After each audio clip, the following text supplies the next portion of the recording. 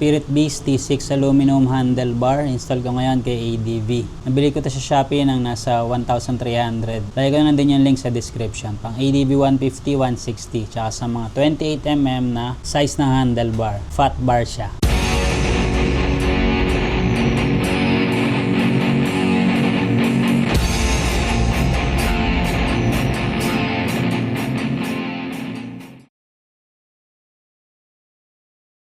Ayan yung brand niya, Spirit Beast. Tapos may design. May design din dito. Saka dito sa kabila. Knurling yung texture nito para mas makapit pag nilagay mo yung sa left side na handle grips. Yung kabila smooth lang para sa throttle. Tapos ang kapal niya is 4mm. 4mm yung thickness niya. Ngayon para malagay ko yung bar end na stock, bumili ako nito. Hindi natin gagamitin tong isa, tong malaki. Gagamitin natin is itong maliit. Ayan, pag hinigpitan mo yan, bubuka yan, hihigpit siya. Ito kasi yung saktong size ito. Yan.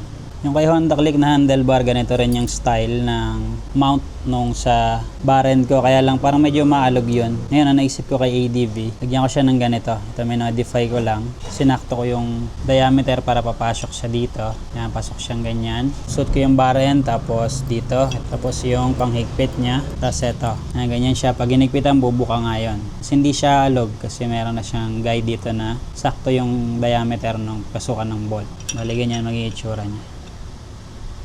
Dalawa yan syempre. Ito nakita ko lang to. Wala ko anong piyesa galing to pero mag-modify na lang kayo kung gusto nyo. Or pwede rekta na. Ganito lang. Kaya lang medyo umaalog talaga pag hinahawakan mong ganun yung barren. Sa experience ko kay Honda Click. Dahil nga aluminum to, mas magaan. Sobrang gaan niya compared dito sa stock na bakal.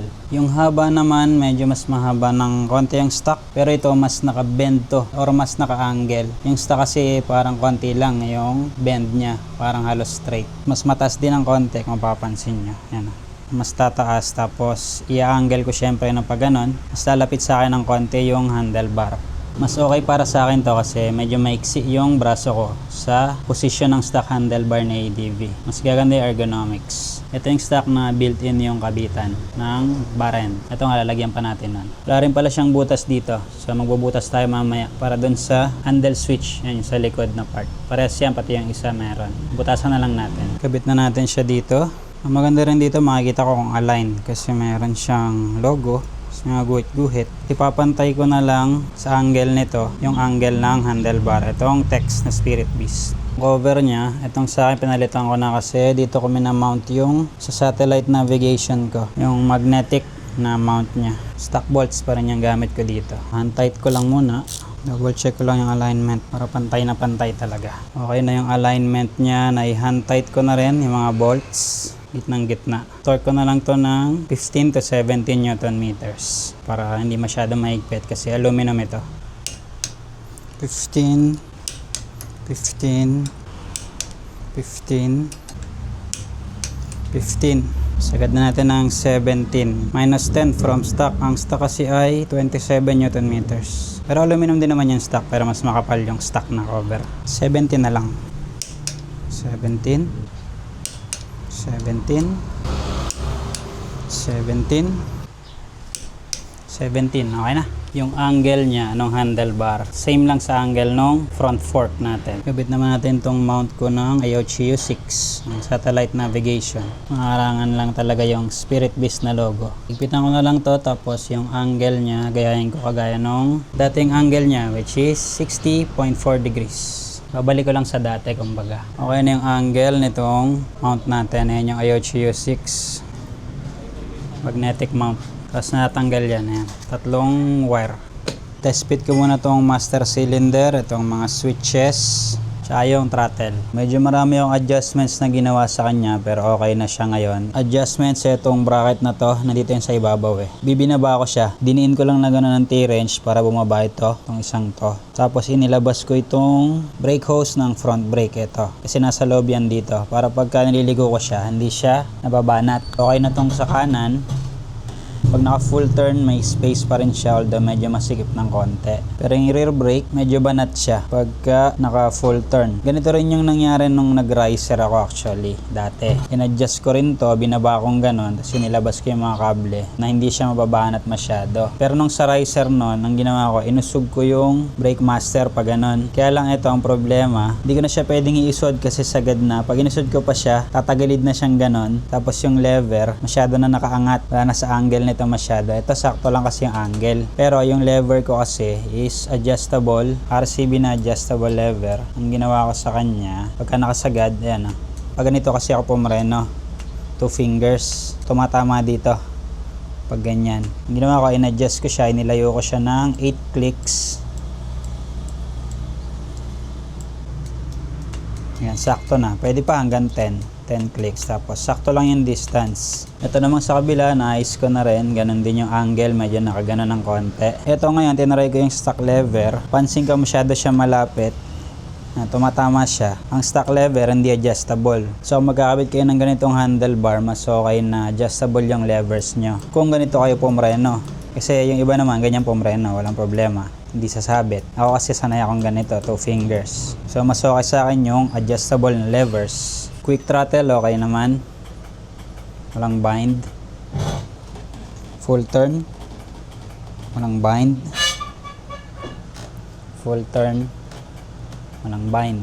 Yung switches naman, gumagana lahat siya. Side mirror, medyo naiba din ng konti. Binago-bago ko sa preference ko na view. Pero napansin ko, mas lumabas siya ng konti dito, umusog. Compared dun sa stock handlebar na positioning niya dati. Yung windshield, tinanggal ko muna yung iron windshield. Nagtatry kasi ako, medyo okay naman siya tingnan. Sa camera kasi yun yung mas gusto ko itsura sa camera. So pinalitan ko nito, hindi ko pa nakikita ulit sa camera. Pero mamaya magbataan kami ni Javier. Saka yun yung test ride natin. Mas makikita ko rin kung ano itsura nito. Ito actually pwede kong gawing black to eh. Pinturahan ko lang dito sa loob. Pag-isipan ko pa. Satellite navigation, okay na din. Wala ring sabit, andito yung wire niya. Balikan mo na yung RCB lever ko. Na naka 8 clicks na palayo. Pero yun nga, depende kung paano kayo mamreno. Pwedeng stock lever, pero mas okay din na adjustable para mas may flexibility kayo. Kung magkakabit kayo ng Spirit Beast na handlebar.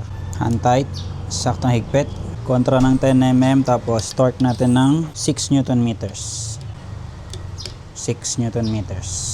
Kaya pala ngayon ko lang siya na vlog kasi ngayon pa lang dumating yung mga bolts ko na mahahaba. Ito kasi hindi ko may torque nang dumadaplis siya. Ito Allen bolts, mas may torque ko siya. Ito pala ay extended bar end. Kasi yung position ng side mirror ko nakaganon. Mas gusto ko yung pantay or mas mahaba ng konti yung bar end ko sa side mirror. Pero kung ang position ng side mirror niya nakaangat, nakaganon, walang problema yan. Kahit di na kayo mag-extended bar end. Stock bar end to.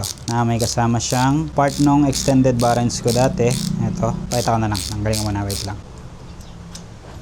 Tanggal ko na. Ito yung panghigpit natin. Tapos sa experience ko, wala siyang alog. Pag tinitinan ko yung barren, nakatulong ito para maging stable siya. Yan, papansin nyo yung handlebar, ayun siya. Tapos nakalabas siya dito. Parang may angle ko ng sakto tong brake master, yung lever. Kasi pag nausog na ganun, nakatagilid. Dito yung pinakasakto na. Ang spacing ko naman sa kanya, ito yung makapal na washer. Tapos 3 stainless washer. Para hindi maiipit yung throttle. Hindi siya mag-stuck. Ayan yung saktong space. Yung sa kabila, ganito rin yung spacing ko. Ito naman yung part ng extended bar end ko na isinama ko lang dito. So ito yung stock bar end na mabigat. Ito yung papalit ko sa kanya na stainless na Allen bolt. Pag ganyan yung dulo niya, para kagaya sa stock. Naka-flat siya. 6x110 yata to or 100. Sagin natin yung part ng extended bar end. Makapal na washer, tapos 3 pirasong stainless washer. Tapos yung minodify ko na parang stabilizer niya para hindi umalog na ganun. Yan yung panghigpit. Tapos ito, pambuka niya ng dulo. Ito natin ng konti. Yan. Tapos pasok na natin.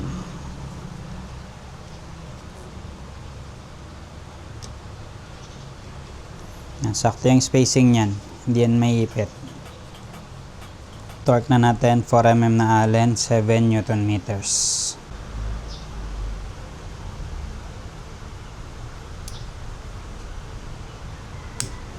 Yung kabila, ganun din. Same process lang. Okay na itong kabila, napalitan ko na rin ng bolt. Tapos na-torque ko na 7 Newton meters. Siyang alug pag ginaganyan mo. Ito yung kay click na extended bar. Ayan o. Galaw-galaw siya. Ayusin ko na lang to. Gawan ko rin ng guide stabilizer. Hanap na lang ako ng pyesa. Ayan, okay na yung ka-ADV. Spacing niya, same lang. Same lang dito. Ito, wala ring alog. Higpit. So lang sabit.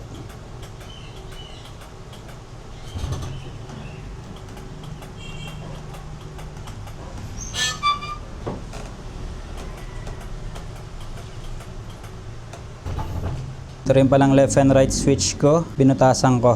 Yung pinakita ko, yung sa loob, yung sa likod. Pati ito, may butas. Step drill lang ginamit ko. So, okay na yung ating Spirit Beast T6 aluminum 28mm handlebar, fat bar. Let's ride na natin. Idle vibration, same lang siya ng stock na handlebar. Unless magpalit kayo ng magaan na barrens, yun talaga mas mababibrate yan. Nalilesen niya pag mabigat yung barren. Tingnan ko siya sa camera, parang mas bagay talaga itong stock windshield, no? Pero for reference, ganito yung itsura nung iron windshield sa ganitong setup. Tingnan niyo anong mas okay, kasi ako medyo OC ako sa looks niya pagdating sa camera. Yung lapad naman niya, same lang siya kagaya ng stock na naka-extended barren din ako dun. Same lang yung tansya ko sa mga singitan yan. Mas madali pa itong isingit kung halimbawa naka-stock lang kayo na barren, kung hindi extended. Extended lang kasi yung sa akin, gawa nga ng side mirror ko, naka-ganyan yung position. Itong angle pala ng brake master na stock, sagad na yan, yung pinakatungo niya. Kasi ako, binabago ko yung angle talaga kahit nung sa stock handlebar, kasi mas gusto ko yung sa ergonomics ko, yung hindi masyado mataas, na gaganong ka pa pagka pepreno ka. Ito parang naka-rest lang yung daliri mo. Although mas mababa pa yung dati ko pero okay naman siya. In-adjust ko din pala yung levers na ginawa ko na siyang 10 clicks, kasi kapag ka nagsa-sudden brake ako na full, medyo naipit pa rin yung daliri ko ng dalawa. Depende nga yun kung paano kayo pumreno. 10 clicks, sakto na din yung distance na hindi ako mangangalay. Tapos pag pumreno ko, hindi maipit yung dalawang daliri ko na to. Kasi nga, yung angle nito, sagad na kasi umuumpog na dito sa may handlebar mismo. Yung kabila pwede pang i-adjust pero hindi man siya magpapantay, kaya pinagpantay ko na lang dito yung angle. Okay naman na yan sa preference ko sa ergonomics. Ito mga nakaraan, siguro mga ilang buwan na yata, meron ako hinahanap na tunog kay ADV pag umaarangkada ako. Gumaganon siya na manipis na tunog. Nag-trial and error ako, yung mga skid plate, windshield garnish. Dati yung sa iron windshield ko, tinanggal ko. Doon pa rin. Ngayon, itong nagpalit na ako ng stock windshield, nawala na yung tunog. So, ibig sabihin, yung iron windshield mismo. May crack kasi yun, pero nirepair ko naman yun ng Mighty Band and baking soda sa may likod. Pero sa kanya pa rin nanggagaling yung tunog. Kasi nung nilagay ko nga itong stock, wala nang tunog. Smooth na ulit kada arangkada. Wala nang kakaibang tunog. Sa ergonomics naman, ang nabago sa kanya, yun nga, tumaas. Tapos lumapit sa akin ng konti, tapos medyo nakatagilid na ganon. Compared nung stock handlebar, mas okay ito sa akin kasi mas nakabend yung elbows ko. Dati medyo straight ng ganon kasi nga malayo. Tapos yung upuan ko kasi, PCX na stock seat to, kaya mas tumaas compared sa stock. Kaya parang bumaba din yun nun. So ito, mas balanse sa pakiramdam ko Mas relax yung riding posture ko dito compared nung stock. Yun, sa biyahe namin ngayon, mas komportable. Kaya nung unang testing ko, mas komportable talaga siya, napansin ko kagad. Kasi nasanay ako na mababa, tas mataas pa yung upuan ko. Eto, mas balanse na siya. Mas okay para sa akin. Pero yun nga, magdedepende pa rin yan sa wingspan nyo kung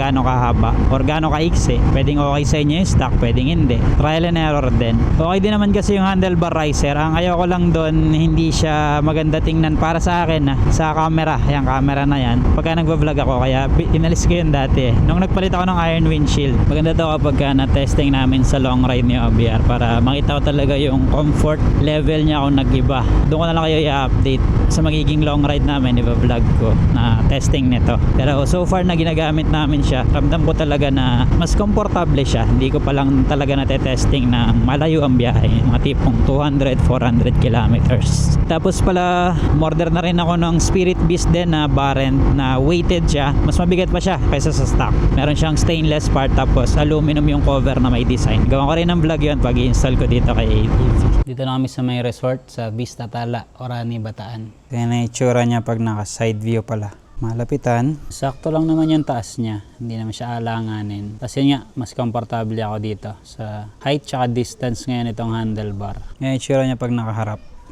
Ngayon naisip ko sa kanya dahil nga banat pagka naka full turn ng left side yung rear brake hose, bala ko magpapalit ako ng braided TDR daw na brand, mas mahaba. Pero check pa ako ng iba kasi gusto ko eterno dun sa kulay niya. So ngayon ang ginagawa ko na lang, right side ko siya full turn para hindi banat kasi yung front brake hose hindi naman siya banat. Yung rear lang talaga. Pag ilala ko siya, ganyan lang.